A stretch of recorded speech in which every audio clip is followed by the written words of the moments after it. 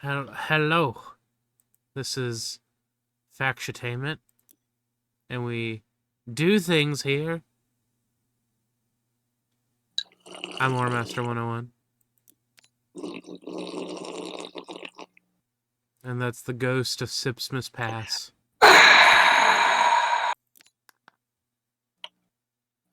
Two healthy teenagers once injected themselves with the elemental mercury, hoping to turn their bones into metal after seeing X-Men Origins Wolverine. No, that's not correct. This He, did not work, but thankfully neither of them had serious long-term lasting damage. yeah, because at the end of the day, the reason why we there was the reason why a lot of people had mercury, a lot of different poisonings back in the day, is because it was long term exposure to these elements. The reason why haberdashers had mercury poisoning is that they were all what's the word they were around mercury fumes all the fucking time. So that's gonna put a toll on your fucking body. Mm-hmm. Or it's like how I used to eat lead paint chips when I was younger, and now that's why I'm like this. Gay. I'm kidding now.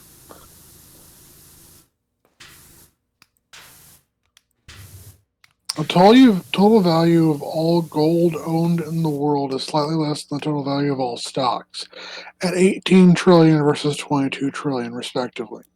Mm.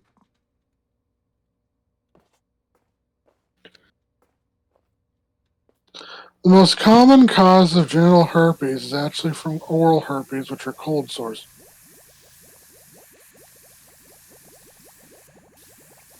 Everybody has herpes, if you really think about it. Nickelodeon almost canceled Hey Arnold's Christmas episode because they thought kids wouldn't care about its portrayal in the Vietnam War. An executive revoked the decision when her 9-year-old son saw a rough cut of the episode and asked, "Mom, what was Vietnam all about?" Oof.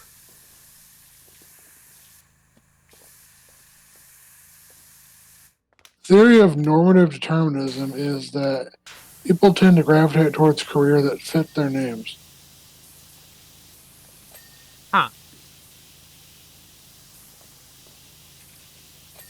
Mani Puliet is a 1990s Italian corruption scandal that implicated over half of parliament and members of over 400 city and town councils.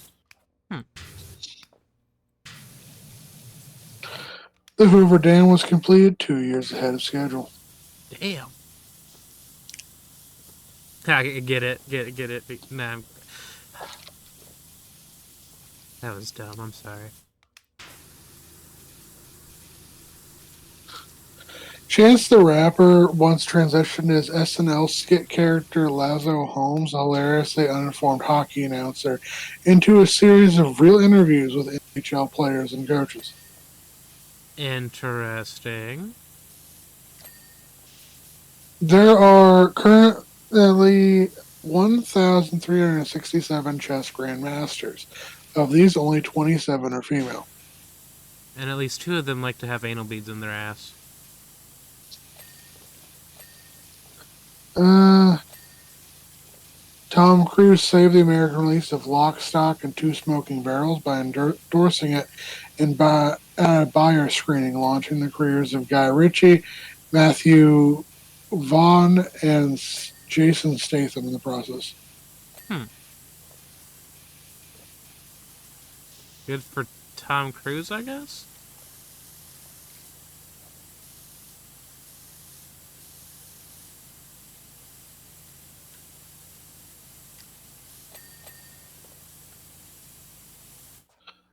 Fritz Bayer, a Jew and Germany's first post-war federal attorney, was essential in building up a democratic Germany.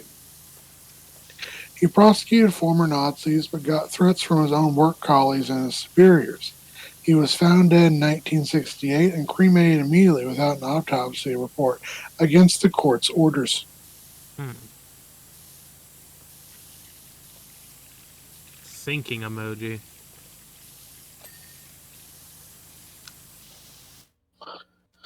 Of the 480 million Americans with hearing loss, only 1% use sign language. What?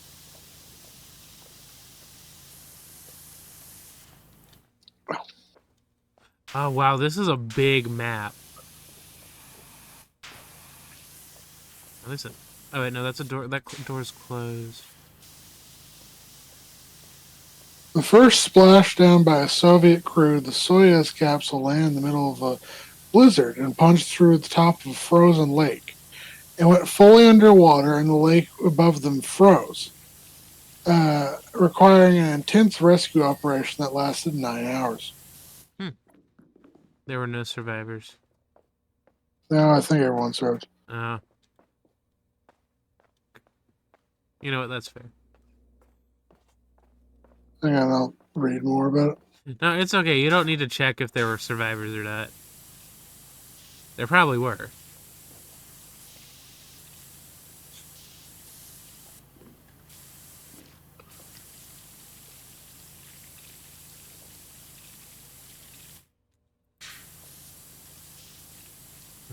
Build me up, buttercup baby, just to let down. Yeah, the crew survived. Awesome.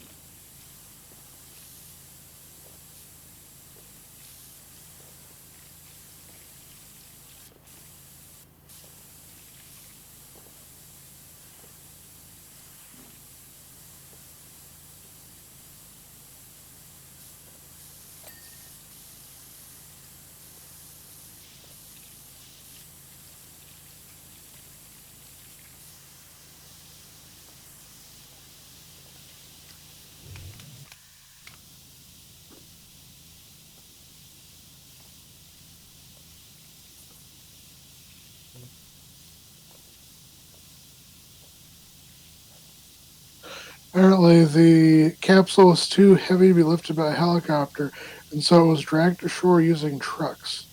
Ah. And that's where we get the Lemon Demon song, Two Trucks Having Sex. No. Are you sure? No, Like- that's just what happens when Chuck Norris winks. Two trucks have sex when Chuck Norris winks. Yeah, sure, why not? Like, comment, and subscribe your favorite Lemon Demon song. Mine is Redesign Your Logo. Not Ants Death Spiral.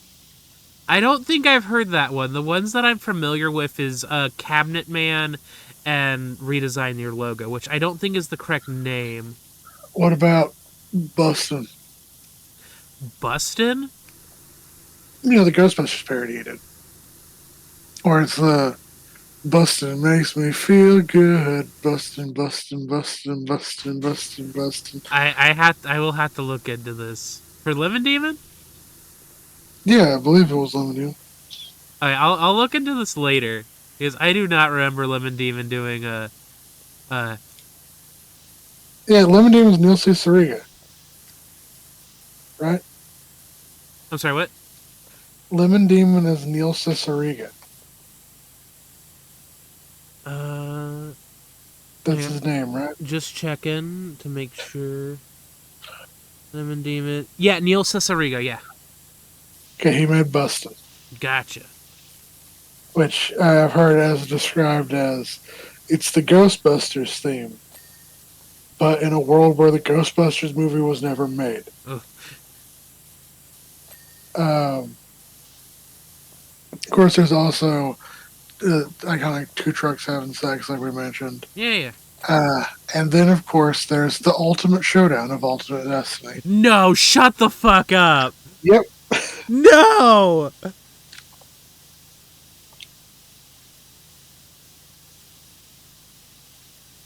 Yep, Ultimate Showdown, one of the first songs that Lemon Demon made.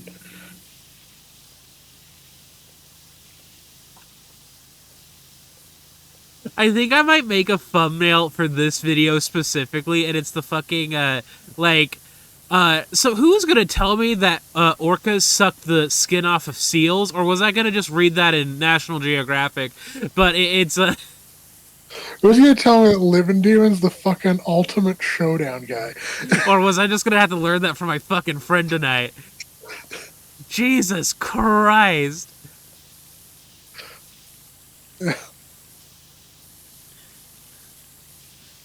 And then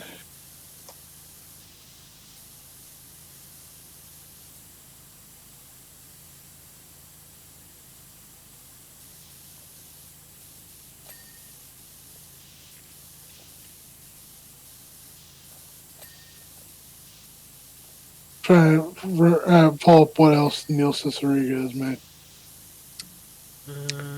I'll just pull up his Wikipedia. What the fuck not? When in doubt, Wikipedia it.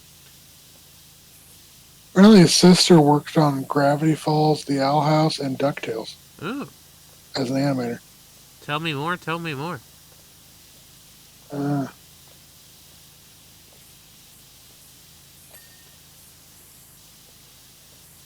yeah, he's also the guy who made Potter Puppet Pals. Stop it. Nope, I. he's that guy. My fucking god.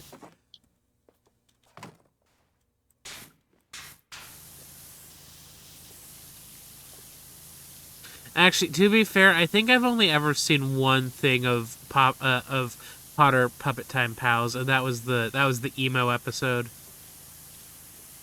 Actually, no, the pipe bomb the fucking musical episode. You know, with the pipe bomb.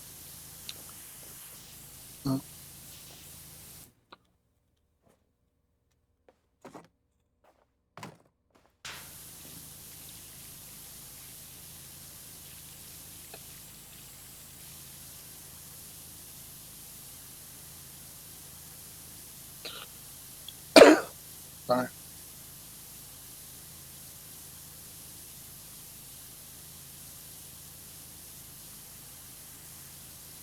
It's okay. I'm getting this gunk off of this aquarium.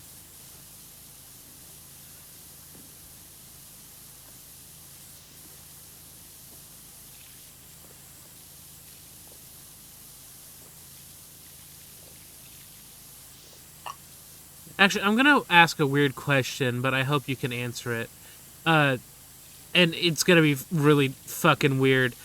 But why can't freshwater fish survive in like saltwater and vice versa? Is it just like a? So it has to do with something called osmotic. Oh fuck! I'm forgetting the specific wording of it. I think I know what you're talking about. Like It's the osmotic osmosis. There's a pathway where like chemical, like different minerals and other like chemicals get absorbed or through or out of the cell, including water. Yeah. And sorry. It's so good. I'm familiar with the. I'm actually. It's okay. I need a drink. 1 second. Okay, it's all good. I'll keep spraying things down. So, if I remember correctly, it's the process of which the chemicals, the molecules, the various like building blocks of like reality elements and molecules pass through like a semi-permeable membrane. Yeah. They go from an area of it's less concentrated to more concentrated. Yeah. Or wait, is it the reverse? I think it's either or. They go from, I think they go, I thought it was, they go from high concentration to low concentration. Yeah. Hang on 1 second. I'll just Google this. No, it's all good.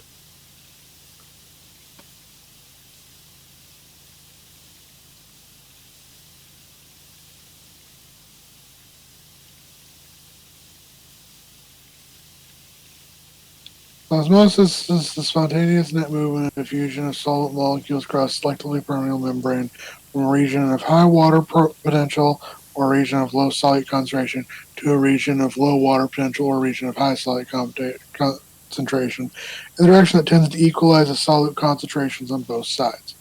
Mm-hmm. Okay, so basically it wants to even out. Yeah. And so when it comes to dealing with freshwater versus saltwater, because of the presence of salt, Mm-hmm. that you either need adaptations if you're in freshwater to keep your salt in your body and it not just leave and go to the lower concentration of freshwater. And so not all your salt just kind of goes out of you because you need the salt because the salt's electrolytes. Yeah. In saltwater, you have the reverse issue. Uh-huh. There's less salt in you than in the water. And so that tries to get into you. Mm-hmm. So you need adaptations to keep that out of you. A lot of fish, a lot of aquatic creatures can do one or the other, but not both. And there are only a select few, comparatively speaking, there's still like hundreds of creatures that can go between both. But compared to the thousands, if not millions of things that do one or the other, it's comparatively rare. Yeah, salmon is a fish that can both exist in saltwater and freshwater, but after I don't want to say mutate, but I get what you mean. A lot of them do mutate. There's should be know that like some certain salmon, like a lot of the salmon that they go upstream and then they die. Uh-huh. Those are the different Pacific salmons. Uh-huh. There's like sockeye salmon and pink salmon. There's a couple other ones like Chinook salmon. And then there's Atlantic salmon. And Atlantic salmon are more like trout in the sense, and sturgeon, that a lot of Atlantic salmon can make the trip multiple times. Uh-huh. So they mutate a little bit, but they're not quite as drastic. Mm-hmm. But they still usually die because things eat them, or swimming up a river is fucking exhausting, man. And then you gotta fuck nasty once you swim up the river. That's gonna take a toll on your body. Eels can do both, but a lot of eels only do the trip once. And that's because eels go, they basically switch from eating to fuck, and they change their biology to do so they just literally stop eating. Mood. Some lampreys can do both. Some sharks can do both. Trout species can do both. Sturgeon, sawfish, some stingrays, some pufferfish, mollies, monos, dragon gobies. Trying to think of another one. There's I forget what it's called. There's a fish that's in my mind. I just don't remember the name of it. Square.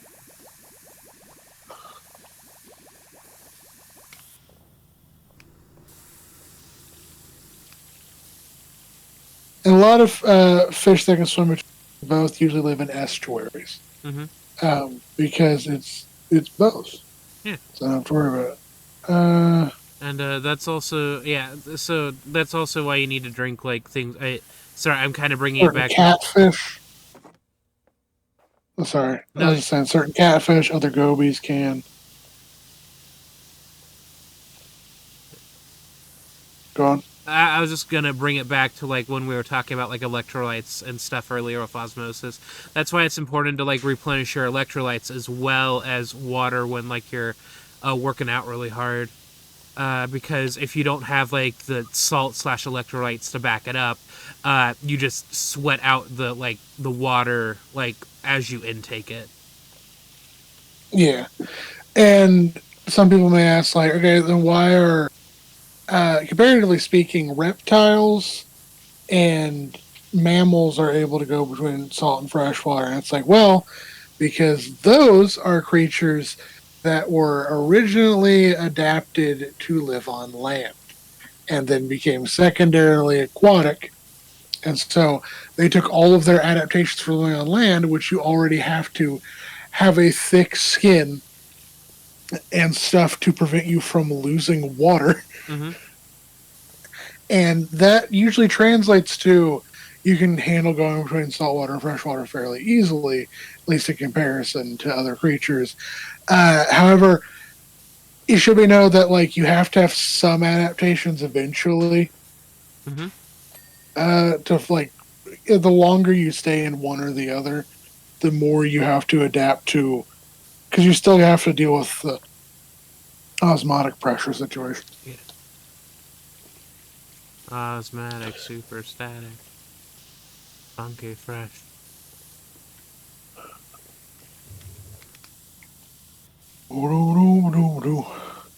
Yeah, Well, thank you for enlightening us. this has been this episode. Crabs. Bye. Crabs.